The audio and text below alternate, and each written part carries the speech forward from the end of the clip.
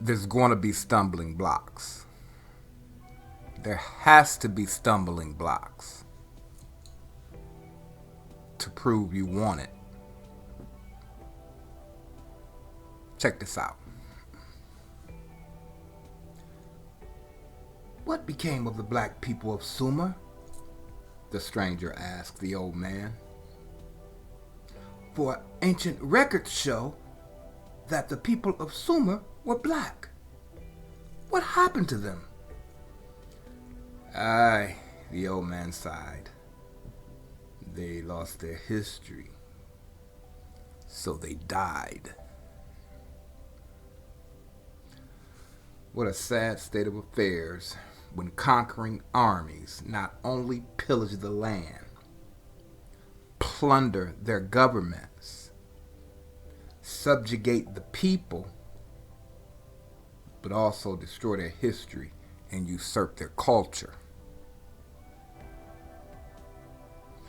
History has been whitewashed so bad, you have so-called accredited historians claiming ancient Egyptians were white. Or that original Arabs were this newly developed olive color. They made the cowboys the heroes and the people who actually owned the land the villains.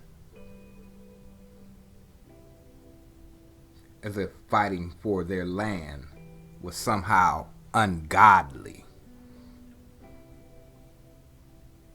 They paint the founding fathers as some pilgrim hat wearing Quakers who were simply trying to coexist with the Native Americans. When in fact, even before they got here, Cristobal Colombo, aka Christopher Columbus, attempted to enslave or kill as many native peoples as he could find. Now, the whitewashing of history isn't unique to the Europeans, though. Most civilizations recorded their histories in a way that would shine a positive light on their social, political, and military endeavors. One group of people, though, had this peculiar thing they would do, and that is steal other people's identity. See, prior to 1600 BCE and the Mycenaean civilization, you had a people known as the Minoans. They were much darker than the Europeans of today and mysteriously vanished around 1100 BC, coinciding with the entrance of the aforementioned Mycenaean people. Some theories suggest a volcanic eruption of the Santorini, while others suggest Mycenaean invasions. At any rate, from these Mycenaeans is where the Greek Hellenes would spawn. You see, the truth is, the Mycenaeans conquered, raped, and pillaged the Minoans right out of existence. More recently, you see the same procedure done in Brazil between 1889 and 1914.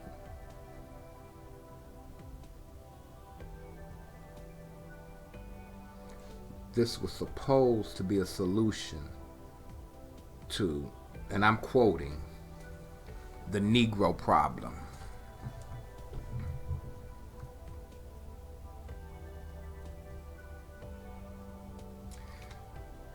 How about the Mayans? How about the images of the ancient Mayan, Aztec, and Inca people?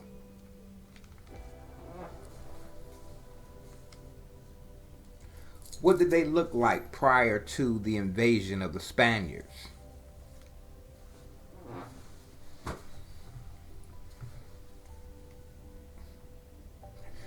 And Mexican people have the audacity to be racist. Then there's the Olmec people. Another mysterious civilization that no one wants to talk about. Who were they? What happened to them? The Smithsonian ain't talking. And that's good, because they suggested these were puma heads.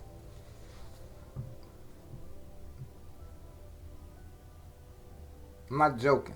Anything but black. I mean, some of these heads are 12 feet and weigh up to 8 tons. Now bear in mind, the average car weighs about 1.4 tons. So these things were huge.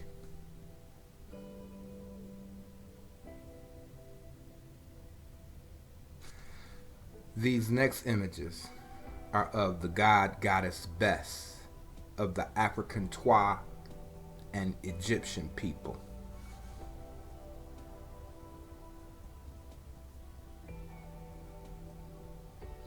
If you notice, the tongue is always out.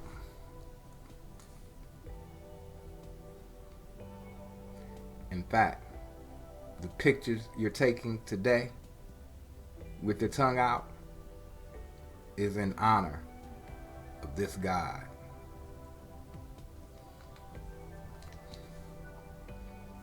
But that's another video. Now, notice these South American gods.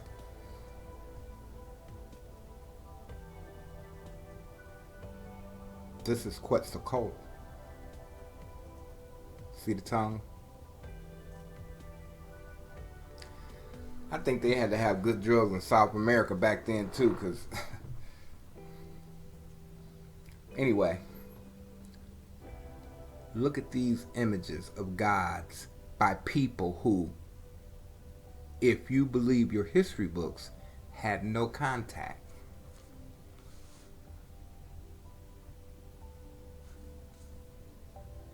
This is how Europeans imagined the natives in their art.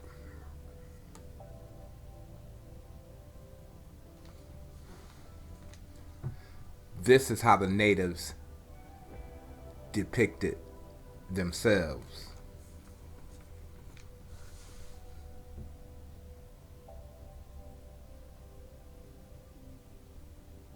This is the image they give you of the Egyptians. Just look at this.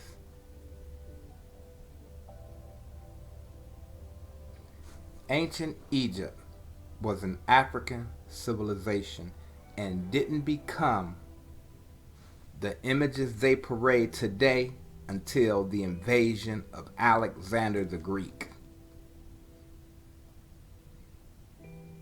And it really wasn't even an invasion. He simply came in, beat the Persians, and took over Egypt. What color were those Persians?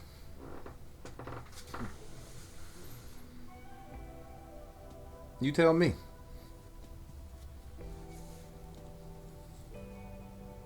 This is Europe's version. I mean, they try hard. Here's Europe's image of a Persian king.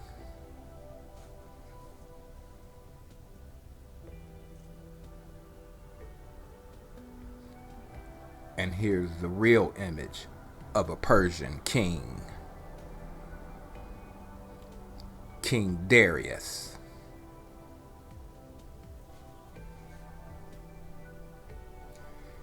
Europe has its own history, yet they always feel the need to deny others their history. That to me is a sure sign of insecurity, of foolish people. Disclaimer: I'm not talking about all Europeans, only the ones who push this agenda. What about the original Hebrews? Surely they were European, right? I mean, we see them every day. Of course they are. No, my beautiful friends, they are not.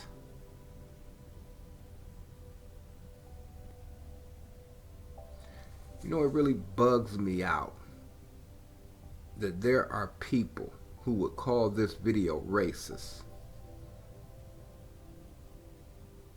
You know you're dealing with the foolish people who can defend real racism,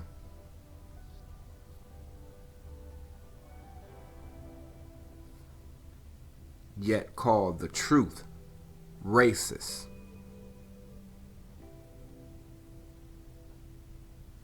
But I'm done worrying about that. If you believe in the Bible as a history book, you know I'm telling the truth. Here is an image of a gentleman with leprosy.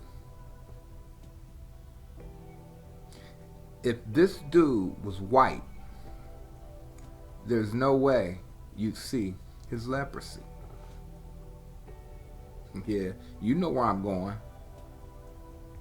Remember, the Most High made Moshe's hand leprous to prove to the Egyptians of who sent him.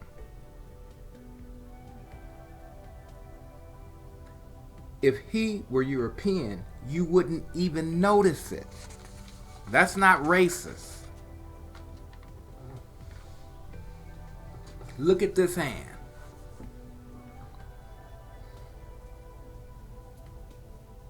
Now look at these hands.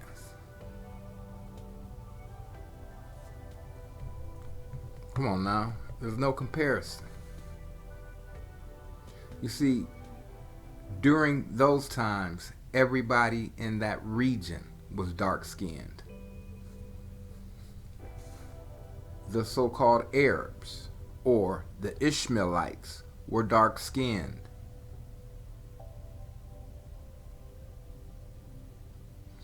You see, what they do is they'll show you a picture from 600 AD and say, see, they were white.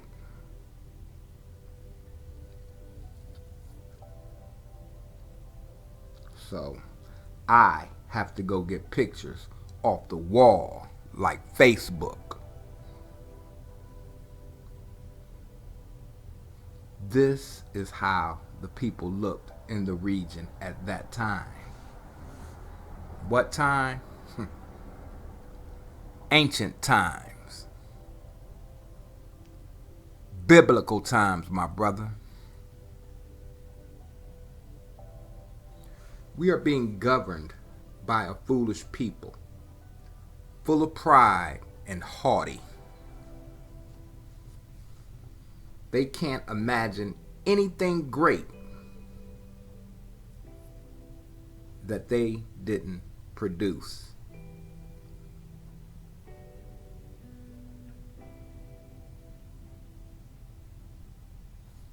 Look at Michael Jackson. No, but listen, there's a reason all the noses are missing from Egyptian art.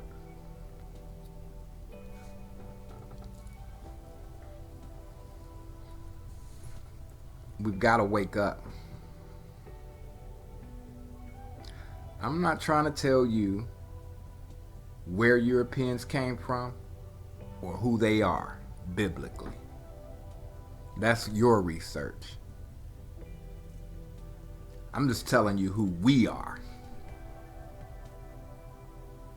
I'm telling you, we are a people with a great history and legacy.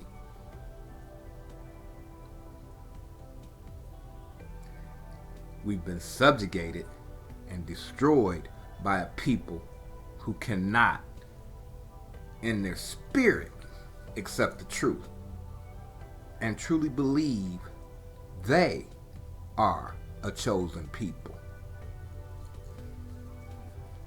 And they are.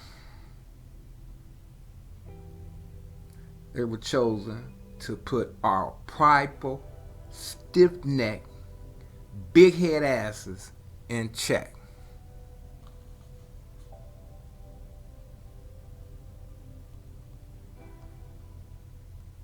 Peace.